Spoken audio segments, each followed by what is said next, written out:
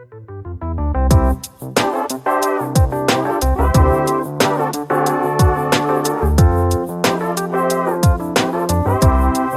are talking about the greater good.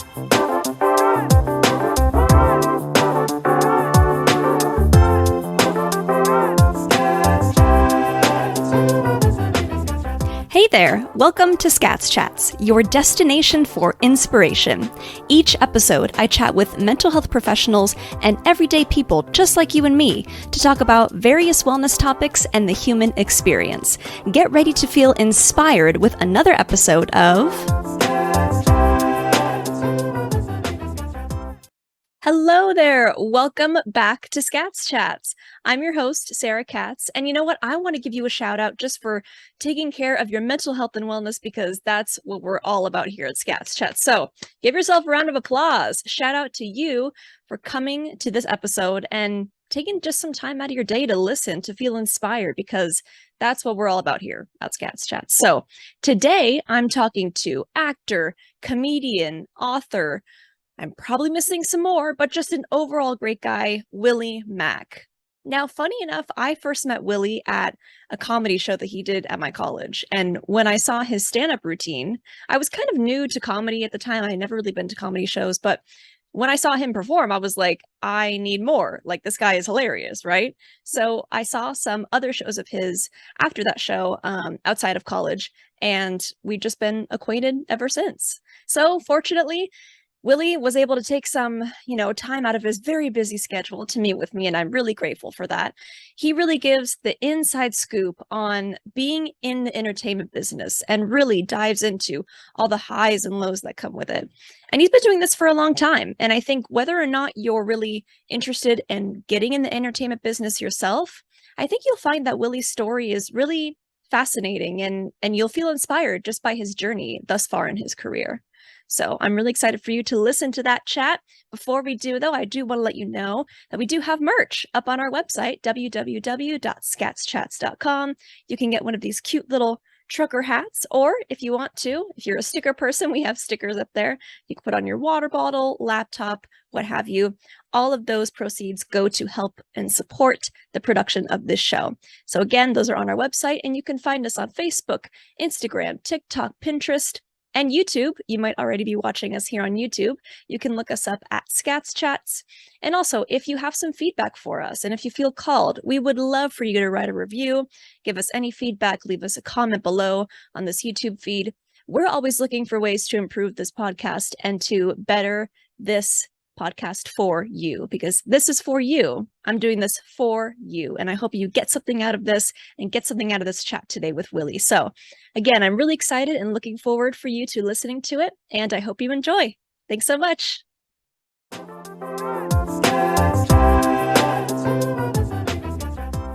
Thank you so much for coming on, Willie Macc. I'm so excited to have you here and to talk about, just your whole career journey and the ups and downs of the entertainment business. And there's a lot of them. So I'm glad to talk about it, discuss all of that, because it's a crazy industry, especially because I came out here from the Midwest and we didn't really have an entertainment industry at all. I didn't even want to be in the entertainment industry to begin with. I came out here chasing a female. Like there was a chick. Interesting. Her name was Marquita. I was so in love with her when we was living in St. Louis, and this is 2004. Okay. So she's like, "Hey, I'm moving to LA to become a model," and I was like, "Hey, just chill out. Nobody from the Midwest leaves the Midwest. Like, we just because you're taught usually you go to school, you go to college." You get your degree, you get a job, you get married, and you retire. You do that all the way until you're 64 years old. And then the last however many years you got left, that's kind of the Midwest mentality. I mean, now obviously there's entrepreneurs and all of that, but we didn't even think about all of that stuff because you're not taught entrepreneurship in school, at least not where I'm from. And so when she left, I was like, all right, I'm coming with you, because I graduated high school with a 1.9 GPA. Like I did awful. There was no college that was going to accept me. And there was this school out here called American Intercontinental University. They have now disappeared because they was caught scamming our money from us. Oh, yeah. I was going to say, I've never heard of that, but okay, that makes sense. Okay. It was like DeVry Jr. Like that's okay. To describe them. And so I went to a school out here that would accept me. They accepted everybody. It was one of those type of schools. And so that was my motivation to come out here, and I needed money. So one of the things that I did that a lot of people do when they're new out here is they do background work. That's what the people that just walk in the background, for those that don't know. And I did background work on the Bernie Mac show. And this is when everything in my life completely changed. Because I got my degree in international business, whatever my degree is worth. And quote unquote. Yeah, this little piece of paper from a school that no longer exists. Right. And so I was only supposed to work one day on the Bernie Mac show. For those that don't know who Bernie Mac is, go stub your toe. He's like one of the greatest comedians ever. And he had a show on, I forget, whatever, it doesn't matter. And so that one day I was supposed to work turned into 6 days because Bernie Mac was sick at this time. He's passed away from pneumonia, RIP. But I was talking to a person that played his wife in the show, and because I used to have this really big afro back in the day. If you ever look me up, I used to have this fro that just was like massive. I remember, I do remember that. And the wife was like, she was like, "Where are you from? You don't look like you're from here. You must be country." And I was like, "Oh, I'm from the Midwest." And she's like, "Yeah, that's what I thought." She's like, "That's crazy because my assistant's from the Midwest." So she brings her assistant over. We find out we went to the same high school. She graduated before me or whatever. And while I'm having a conversation with these three, Bernie Mac comes out and he's like, "Who's this melted milk dud y'all talking to?" Talking about me. He called me a melted milk dud. And he was one of the coolest people that I've met in my entire life. And I looked at him, I was like, whatever it is this guy does, I want to do. So when I found out his real name was Bernard McCullen, I was like, oh, we can change our name because my real name is not Willie Macc, as you can only imagine. My last name is McMiller. So I changed it to Willie Macc in honor of Bernie Mac, and I added an extra C on there. And that's just the hint of the beginning of my Willie Macc story to Hollywood. That's fantastic. I mean, that's already a great story in of itself, but I was always curious, like, where did you get the Mac from? But that's cool. That's a cool little backstory that you got going on. So you came out to LA for a girl, and then ultimately you just found your passion like through that. I found my passion through that. Me and her lasted maybe 2 years out here before we officially like just called it quits. It was a show that I did on BET called College Hill. Now, at this time, College Hill it's the very first Black reality show before the Love and Hip Hops and all the other basketball wives. There was College Hill. And in true Willie fashion, I needed money. And I didn't do the show for money, but there was the way that I got on College Hill was because I did another show called So You Want to Date My Sister. It was going to play on MTV, but it never ended up coming out. Okay. It never came out, so you've never seen it. And so the show was it was 3 guys competing to date these 2 brothers' sister. So these brothers put us through challenges and made us do this and that, and whoever the brothers end up deciding on, whatever. So they was like, "Willie, you're really funny, man. We're producing this other show called College Hill, and if you're interested, we would love to have you on there." So we did these. So went through the whole audition process, which was months. When you do these reality shows, the things that they usually do is it's not just an application and they see your personality. They make you do like all these psych evaluations. You have to do multiple psych evaluations where you sit down with therapists and they're asking questions on just your psyche and your mental state. And it's a long, drawn out process. So I went through all of that, but now thinking about it, even though they said, "All right, you're good to do the show," I'm like, maybe my test wasn't good because, most of these reality stars aren't normal people. Like they got a little bit of crazy or a little bit of something in them that makes them stand out. So they probably looking at my stuff like, "Oh, he's crazy. He's perfect. Like they was probably looking for anybody normal. I didn't realize that you had to do all that. I wonder if was that like a regular process to be on a television show? Do you know? Oh yeah, because you're trying to see how people will mesh. They're not doing psych evaluations just because they're like, well, we hope you're okay. They're like, all right, this is Willie's personality. How would Willie match up with Vanessa? How would Vanessa match up? Oh, there might be some tension between a Vanessa and a Carissa. Oh, this might be really good. And Willie's super goofy. He'll be a perfect glue. So they're matching you up like that. So that's kind of what's happening behind the scenes in a lot of these reality shows. Okay. I mean, who would know unless you're in it or you do a lot of research in it, but that's something that I definitely didn't know. But throughout this whole experience, like getting on the show, I mean, like, was this kind of the point where you were like, okay, I'm going to be on this show. I can really see myself being in this industry and I could be successful in it? I got cocky too fast. Okay. I did. Okay. I got cocky too fast because everything happened so fast for me. I'm out here 2 years and I already have my own television series. Like I know Chris Brown, Rihanna, like I know Janet Jackson. I knew Lil Wayne. I was hanging out with Lil Wayne's kids at the back of the BET Awards. And so I was thinking like, oh, this is my life now. If I've been out here 2 years and had this, give me another 2 years, I'm gonna have the whole world. And then you realize that's not how this industry works. This industry is a cold place. It's unforgiving and they do not care about you. I did all this work for BET. I went to all the award shows. I went to I did all the radio promos. What's up, Chicago, WB? This your boy, Willie Macc, College Chill. Make sure you tune in. I did it all. And so this is like 2007 now. And so 2007 to 2009, I was BET's baby. Even 2008, they had me doing all these other things.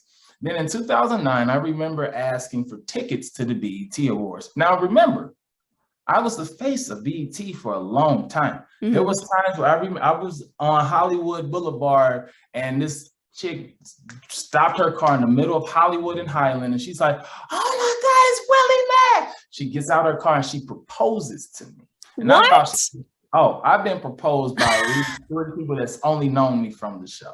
That's crazy. They're like, you're so cool. You're so perfect. You're the guy that I'm looking for. I promise you I can make you happy and all this other stuff. So this is who I was. This is Willie Macc. Yeah, that can blow up your ego, I'm sure. You know, at the time, yeah. And even more so because I was bullied all the way from grade school to high school. Like I was bullied. So I was always in the uncool class. I didn't know I was attractive until like my late 20s. And, you know, so I dealt with a lot of depression, a lot of mental health, just like deficiencies. And one thing about growing up in like even the Black community or even in a Christian community is they don't necessarily believe that this is a problem. They kind of do more so now, but at the time they're just like, we'll just pray for you and you'll be all right. I've been prayed for. I'm not all right. Now what? Yeah. You didn't believe. So it's my fault. So you start to just deal with all these struggles and all of this as I'm growing up. So now when I have women throwing themselves at me or guys even just like, hey man, we want to make sure you good to go to this club. You here, you there, you da. So now it's like, I've never had this feeling before and you're chasing this high now. And so it got to a point where 2009, I asked BT, I was like, hey man, BT Awards coming up, kind of like how it is now. And I'm like, can I get some tickets to the BT Awards? They said they did not respond to my email. So I made a couple of phone calls. I went around and just like trying to figure everything out. I'm like, who do I need to contact to get some tickets to the BET Awards? And so somebody finally hit me back because I hit them up on Facebook. I was like, hey, I'm just trying to get some tickets to the BET Awards. They said, Willie, you're not relevant anymore. Okay. I was like, okay, what do you mean I'm not relevant anymore? Like I was doing everything for you all for years. And now you're just gonna take that away from me? And I went into a really hard depression because I felt so rejected from the people that call me family for 2 years. And now I'm out here by myself. Because the chick Marquita, she made me choose between being on College Hill and being with her. That was her ultimatum. She was like, I don't want you doing this show because you are going to have a lot of groupies and I'm not going to be able to handle it. And it's going to be a lot of attention. And I don't know if you're ready for that type of attention. And so I chose College Hill, obviously. And like I said, we ended up breaking up. And so now I'm out here by myself. So to hear that I'm not relevant anymore hurt a little bit more. And then you start to get constantly rejected. You start not getting, after the new seasons, and you start kind of disappearing or fading out. People stop inviting you to the parties. People stop giving you the free tickets, and I'm like, wow. Because BET, for all the stuff that we did, they only paid us $900 for this entire season, for everything that we did. The entire season? The entire season, we only got paid $900. Wow. Yeah. And so I was working a regular job while I was famous and on TV and just hanging out with all these who's who and blah, blah, blah, at least of Black Hollywood. But then we were such a popular season, they started airing us on MTV and VH1 because we was all part of the Viacom family. And so they're making millions off of us and I'm making nothing. And I'm spiraling down into a deeper and deeper depression. And I think I hit I think I've hit rock bottom at least 3 times in my life. Two of them were the major ones. This was one of them. This was my major one that just like really hurt me. Like, I'm like, what do I do? Because I didn't know how to get an agent. I didn't know how to get a manager. I didn't know how to get auditions. I was so that was really a hard struggle for me. The second time was my cousin who lived out here with me in 2011. And he started living with me and he got in drugs and alcohol really bad. Like he started doing shrooms every day and he was drinking like a bottle of E&J brandy daily. Oh my gosh. Every day. Yeah. And like there was times where I've actually recorded some of this. Like he would come in my room crawling, crying, please let me get $15 because I just need to get another bottle. I just need another bottle. And this was a daily thing. Wow. So I'm taking care of my cousin while I'm trying to figure out what I'm going through. And I wasn't just taking with him. So it was me, my brother, and my cousin. My cousin was sleeping on our couch. So my brother's like, hey, I'm gonna move back to St. Louis. So I threw my little brother a going away party. I invited all these females. I had a couple of my homeboys over. And I'm barbecuing, I'm cooking, woo. And before we ate, the females was like, hey, let's go to Hollywood and kick it before we eat. I was like, all right, you down, DJ? He's like, no, I'm gonna just stay behind. I'm like, all right. So we leave, we go to Hollywood, we come back maybe like 3 hours later, and we pull out the trays of food, and my cousin took one bite out of every burger, every wing, every hot dog, every chicken breast, just one bite out of each one. And I'm like, DJ, what you doing, man? Why'd you take a bite out of all of this? Now, at this point, he's messed up. He's like, man, I thought they all tasted different. And I'm like, dude, man, why you doing all of that? He said, why you acting up in front of all these B's and H's? And now they like, who you calling a B? Who you calling an H? And I'm like, DJ. And this quickly, boom, he hits me in my mouth and he knocks out my bottom row of teeth. Oh my gosh. Yeah. You didn't know I wore dentures? No, I did not. Oh my gosh. Wait, okay, so this was in 2011, you said? This is 2011. Okay. So I finally got some of my mental back from this rejection from BET. I got a job. I was working. I had a bed. Me and my brother shared a 2-bedroom and all this other stuff. So things was kind of doing this. And I was still going to a couple of Hollywood things every once in a while. I started doing stand-up around this time, and people from the stand-up community remembered me from College Hill, at least whatever. And so when I got my teeth knocked out, I didn't have extra money to get this fixed. So I was toothless in Hollywood. And if you know anything about Hollywood, it's all about your smile. It's all about your charisma. And so for me not to be able to smile, for me not to be able to just to have this taken away from me really put me in a dark state. And at this point, I think I ended up becoming a little suicidal. I'm like, what's the point in living if I can't do anything? I couldn't do anything. I wasn't gonna go back home because there's nothing good for me in St. Louis. I couldn't do anything there at the time. And so I got into a really dark mental state, and I just like said, F the world, and I'm over it. I just wanted silence. That's all I really wanted. So people don't necessarily all the way understand how suicidal thoughts work. Some people hear suicide as like, oh, I just want to kill myself. I don't want to be here.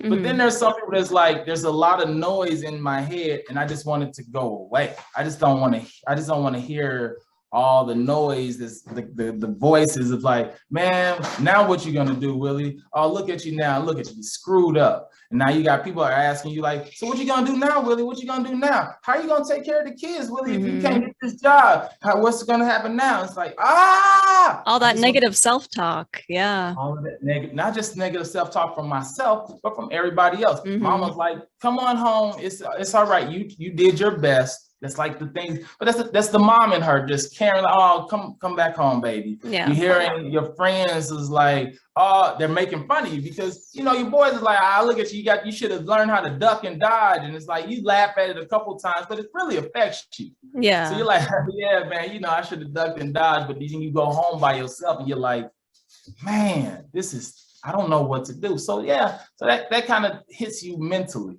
So then I took time off from like 2011 to 2014 of not doing stand-up. And I became a TV editor. And during that time, I was also kind of losing my mind because I wanted to be on stage. I'm a funny comedian. For those that don't know, I'm a very funny comedian. And, yes, you are. Yes, you are. And so I'm sitting there, I'm making good money as a TV editor, but that wasn't my passion.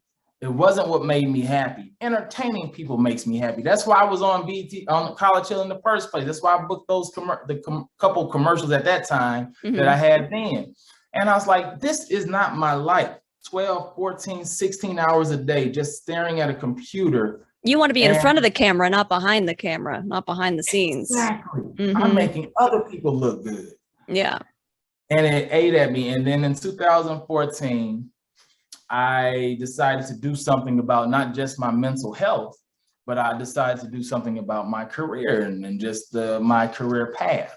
So 2014, I had to not only break up with the female that I was with because she was kind of holding me back. She claims to this day, because we're friends now, she's like, I was encouraging you. I'm like, you encouraged me to do stand-up, yes. But you gave me a time to come back home. Like stand-up is one of those things you don't know. People like to ask, what time will you be home, babe? Right. I don't know. No. We'll see. We'll see. Because things happen so fast. Like one time I was at the Comedy Store. I told my girl, I'm like, hey, I'm going home. I'll be home around like 11 o'clock. And then around 10:30, Dave Chappelle shows up. And he's like, hey, y'all want to go smoke a blunt together? Now, you can't pass that up.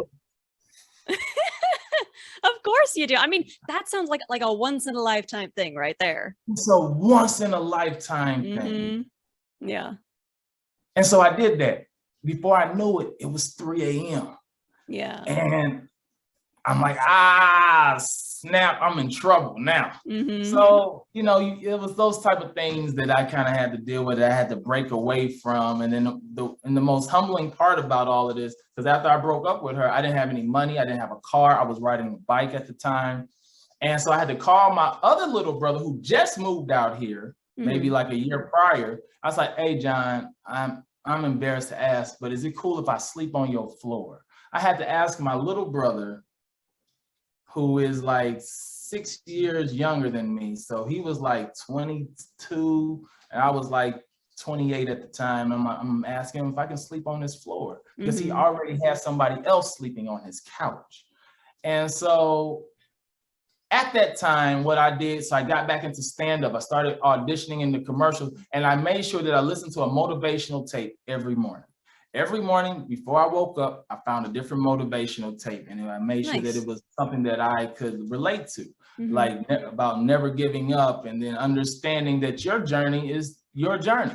Your path is your path, and you can't compare yourself to others. Then I read The Alchemist, which is one of my favorite motivational books ever. And it just kind of just talks to you about just understanding this long journey and how hard it is and how this dude got beat up and robbed and life just happened. And just at the end to find out that, you know, that his treasure was kind of like low key inside of him in the first place. And so maybe 2 years ago, what really kind of changed for me, because I still suffer from depression and all of that, but I understand it. So I understand my depression, whereas like, I'm depressed. That don't mean I gotta just let it control me. Just take my depression with me. I'll tell it, hey, sit right here real quick. I'll be right back. I gotta go do some happy stuff. You're not gonna keep me down all day now. Yeah. So I understood, because after you get to a point, or after I got to a point, I looked back at my life and understood the only reason I'm right here is because of all the struggles and all the pain and all the stuff that I had to endure from before. So now I look at challenges, and now I look at like a lot of life painful things that happen in life as something that might make me better for the future. Like how you hear me do my joke about having a son, and like my son's 20. And I will be like, yeah, I got a 20-year-old son, and it kills. I've got multiple meetings just based off that joke about my son. But at that time, when she comes to tell me while we are in high school, she's like, hey, I'm pregnant. And you're like, pregnant?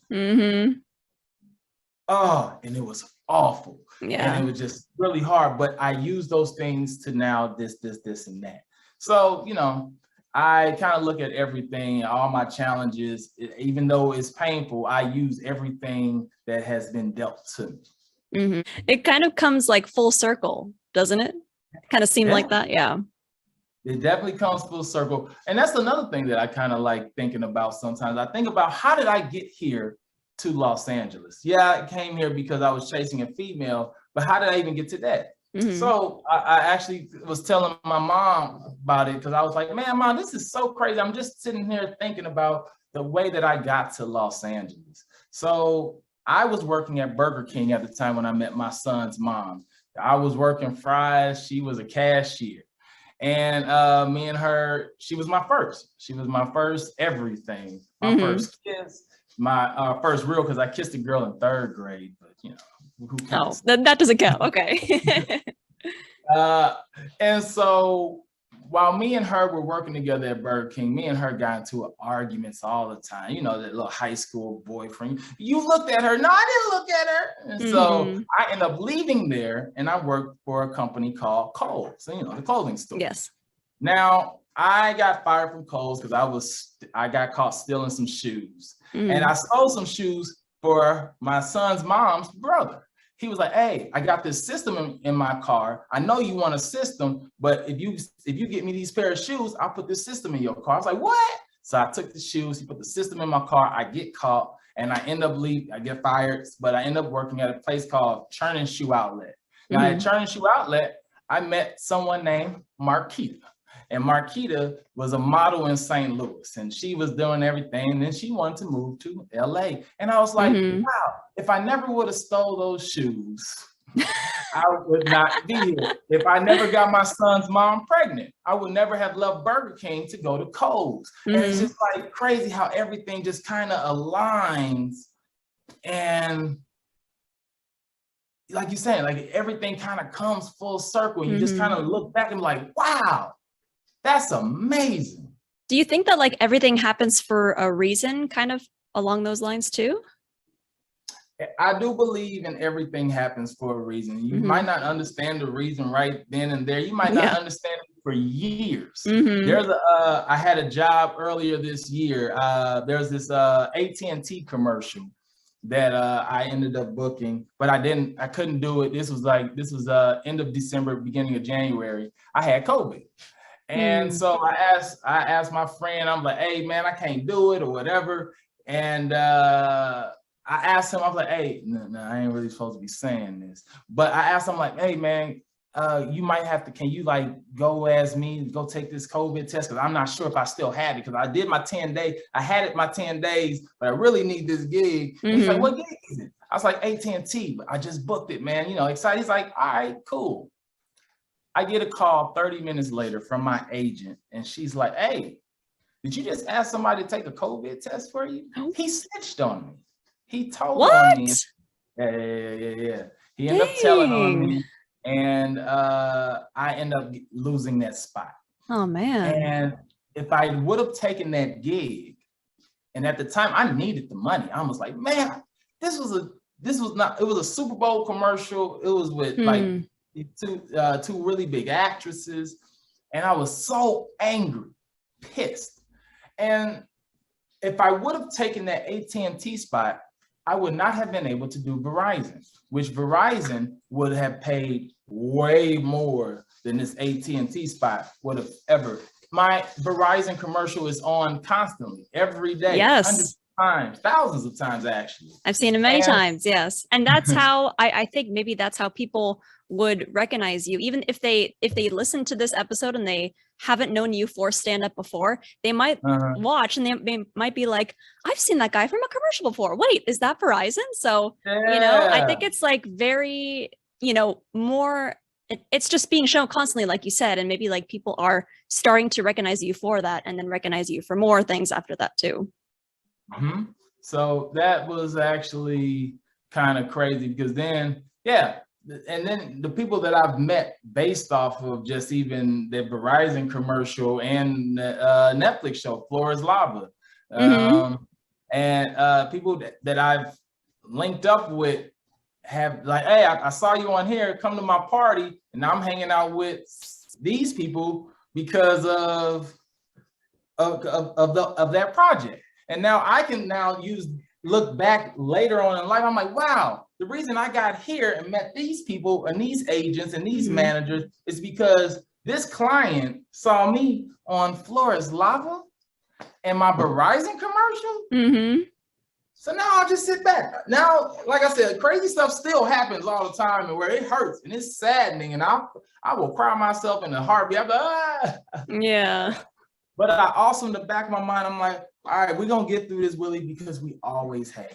There's nothing that we have not gone through that you did not beat, that you did not overcome, that you did not, I don't want to say overpower, but, overcome. And even though it sucked for a long time and you did not see it at the moment, hold on to those moments because sometimes it might be even bigger than me. Like somebody be listening to this podcast right now, or even I made a couple of posts where people are like, wow, Willie, thank you for posting this about your life, about your career, because sometimes it's also bigger than me. It's also bigger than the moment that we're having right now. Something that I say could save somebody else or someone else is dealing with something similar. And then because of that, they might go on to be blah, blah, blah, blah, blah, all because they listened to something that I said because of something that happened to me. So.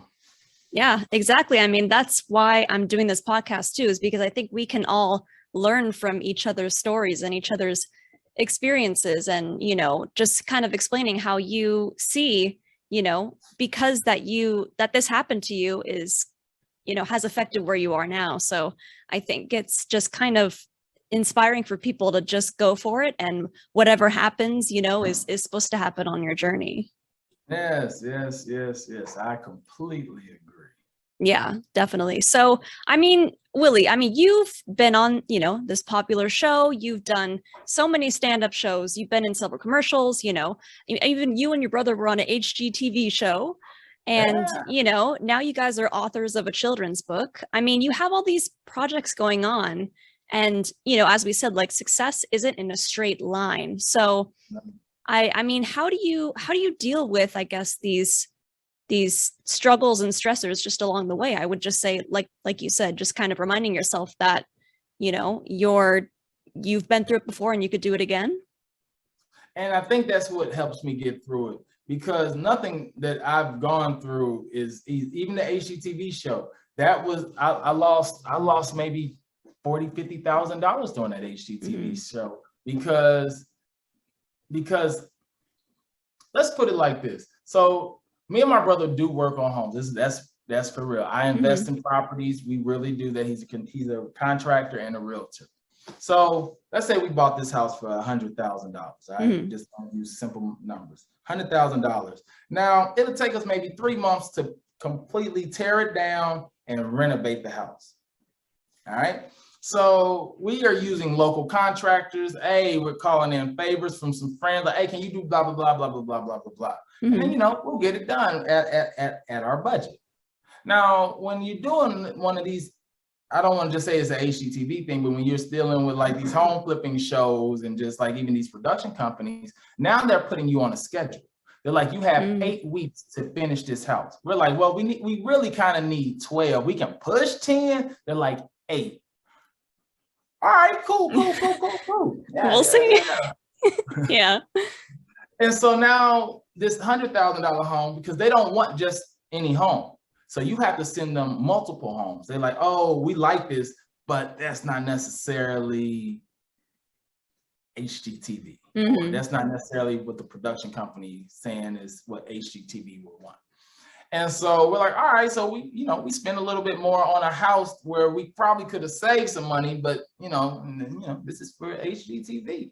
So we listen. We listen to some of their design ideas, and we're like, that doesn't really work. That's actually gonna cost us an extra like $3,000 to do exactly. Do you want this show on HGTV or not? Yeah. It's $3,000. There you go. So now you can't really use local contractors because the local contractors are like, hey, we'll do all your plumbing for, let's say, $3,000. We're like, perfect.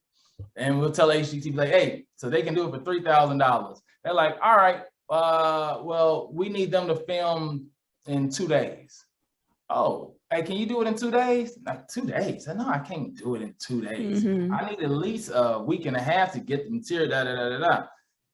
Hey, they need at least a week and a half. Well, they don't have a week and a half. So we had to hire big boys, like the roto-rooters. And instead of $3,000, it's now turned into $9,000. So we had to deal with a lot of those. Or if we did get somebody, like, all right, you know what, Willie, we'll do it. I can come through tomorrow and fix it. I got a couple minutes, or I got a couple hours to fix XYZ. Cool. Hey, they said they can come by tomorrow and fix everything. Oh, well, that's too much. That's not fast enough to get the camera crew and the sound guys there. Hey, man, we have to turn it down because we got to. So it's all these scheduling conflicts that you got to stay in touch with. And so after we do it, I'm down. I'm done. I've lost money at this point. But I needed to go through this hard knocks life because now I see how things are ran. I see how negotiations are done. I see what I would need to do for next time. But when I get another situation, I'm in more control. I'm in more power of everything. It was a $40,000 lesson that I was taught. So I have to sit there and constantly tell myself these are lessons. This does suck. I lost a lot of money in the past year, but I can get it back the same. It might not be as fast as I might have wanted it to, but I'm going to get it back plus a lot more because that's just life kind of sometimes tests you with this. Like you might lose, let's say $100,000 doing these projects right here. But now you've learned how people are, you've learned how to deal with situations. So now when you're dealing with bigger projects, you don't have to lose millions.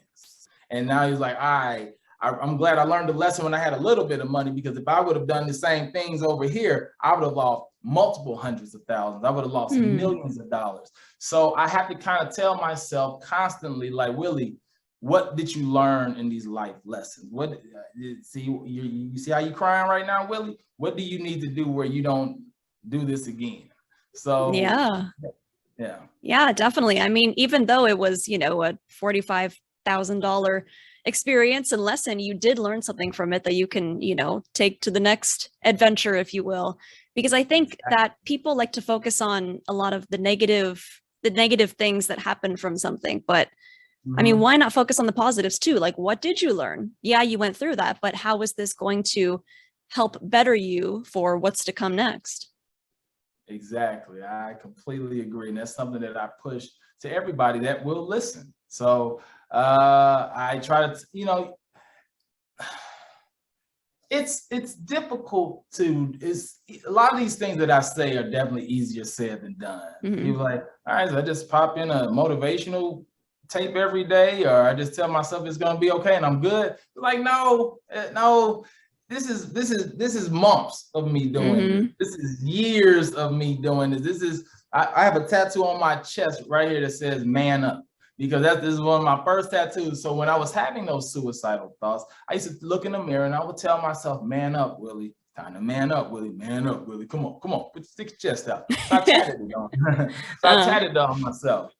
I have another tattoo on my side. It's a scripture that my dad says to me that just, you don't even have to be religious to relate to it. It says, "Do not despise the days of small beginnings," which means do not frown upon small beginnings, like whether it's the depression, whether it's like hard times, whether things don't go your way and all this other stuff, because these times will make you someone better later on in life. Don't despise them, welcome them. Welcome these challenges, welcome these heartaches, welcome these whatever. What you did, many people have had multiple relationships, and you've learned from these relationships, like, all right, I know in the next one, this ain't gonna happen again. All it does is just make you stronger in anything that you do.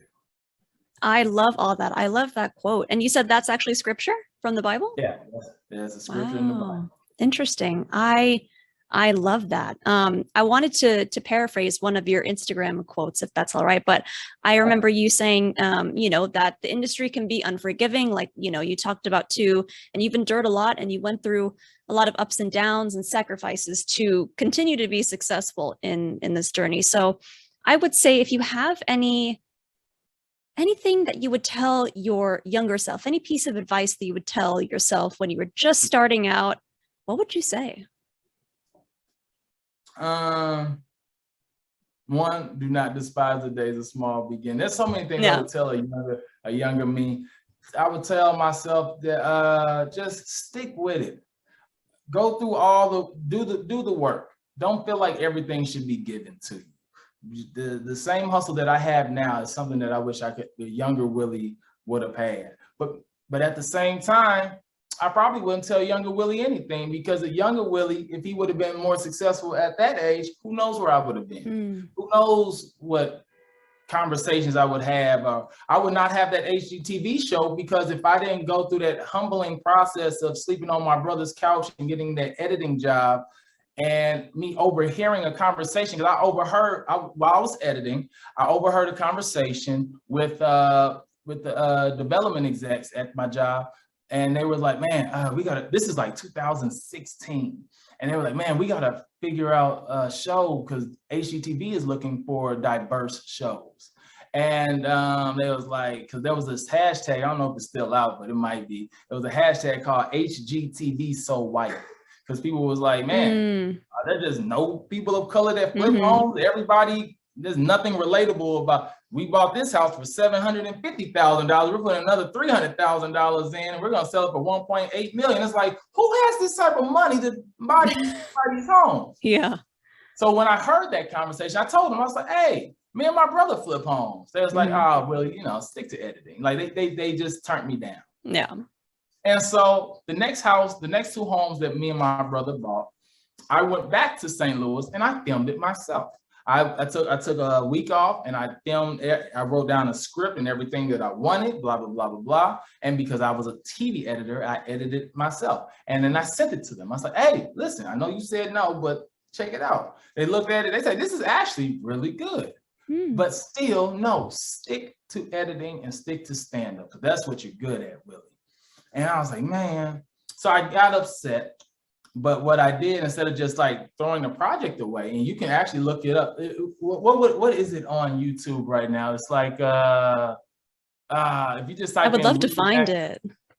Yeah, it's like if you look up Willie Macc and just home flipping, you'll see this little thing that I edited, and so I put it on YouTube, and then I put $200 on promotions on there, and then made sure I used the SEO tags of like Black Brothers, home flipping, HGTV, and all this. I made sure I used all the right hashtags, and then production companies started reaching out to us. So people was like, hey, we just saw your stuff on YouTube. Would you be interested in the show? And so it was years of negotiating and talking and being denied and da da da da da. So then in 2020, that's when HGTV kind of gave us the thumbs up. 2021, we filmed, and then it aired back in February. So if it wasn't for me dealing with this, and that, I would not have this conversation with you about an HGTV show. If I didn't go through that little struggle and had to edit and had to hear this and this and that, this would never be a thing. So I would tell a younger Willie, you're gonna go through a lot of stuff. You're gonna go through a lot of heartache. You're gonna go through a lot of money. You're gonna go through a lot, but understand that you can make it. You can survive. You're going to survive. Not can, you're going to survive. Laugh about it. Write it all down. Enjoy those moments. Enjoy the tears, because it's going to make you a stronger person. And I think also too, Willie, the fact that you took initiative to, create your own kind of, flipping, which is called a documentary, I guess. Yeah. Do you have on YouTube? Okay. Yeah. The fact that you took the initiative to do that and present it to people, that takes a lot of guts too, to know that rejection could be there too. Rejection could be there. There are people who have made nasty comments on me, not just because of that, like just in this industry in general. Like I did one of the first black and white couple commercials was there was a Cheerios commercial years ago. They got all this backlash because no one was used to seeing this. I probably had the 5th black and white couple. It was a Domino's pizza commercial that I did, and I had my white wife and I had a mixed kid. And then I would look at the comments of what people said, because they posted it, on YouTube and all this other stuff. You'll see people like, oh, this is Hollywood, because ain't no black person in their kid's life this much.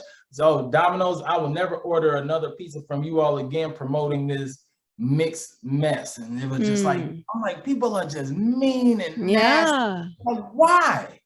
Why are you so angry? Why are you so mean? Why are you so nasty acting? Yeah, it's a cold industry. But if you decide to survive it, and if you decide to stick with it, and you start to not care, you can become extremely successful. Yeah, definitely. And I think maybe keep in mind your worth too. A lot of people don't realize their full potential too. 100%. Yes. Yeah. And I had to learn my full potential later on in life. So maybe that's another thing I'll tell young Willie is like, hey, you have a lot of potential, kid. Keep at it. I love it. I love your whole story. It's so inspiring, Willie. Thank you for sharing. And if people want to check out more about you and maybe see you in an upcoming show, or even, check out other things that you have going on, where can people find you? You can find me all on the internet. Look up Willie Macc on everything. WILLIEMACC. And then, of course, there's my Afro Noodles page. So me and Danny doing Afro Noodles together, and we're doing a lot of podcasts. We're talking about, you're a fly on the wall of just two guys who just are trying to figure out life themselves. It's so funny. So I love it. That's as Danny will put it, we're rush hour without the crime fight. That's exactly the best way to describe us. So that, and then on top of that, like I said, we got our children's book that comes out in the fall. The Adventures of Dylan and Perry. Operation Treehouse is based on me and my little brother that I did the HGTV show with, and how we're two different people, but even with our uniqueness, we can kind of come together and create something beautiful. And so that's fantastic. I love it. Well, thank you for, brightening people's lives and for having, a great story that people can be inspired by. And I'm sure you have lots of fun things and exciting projects coming up, and can't wait to see where that takes you. Hey, thank you so much for having me on here. This was Yeah. a lot of fun. Of course, you're welcome back anytime to talk about anything else. So come on back if you want. Sounds good. Thank you. Cool. Thank you, Willie.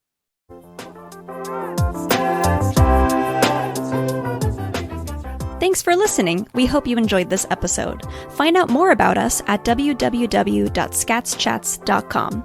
Special thanks to NK Arts, who designed our logo, Daddy Lakis for writing and producing our theme song, Joe Papadenitz for branding photos, and our friend Abby for social media.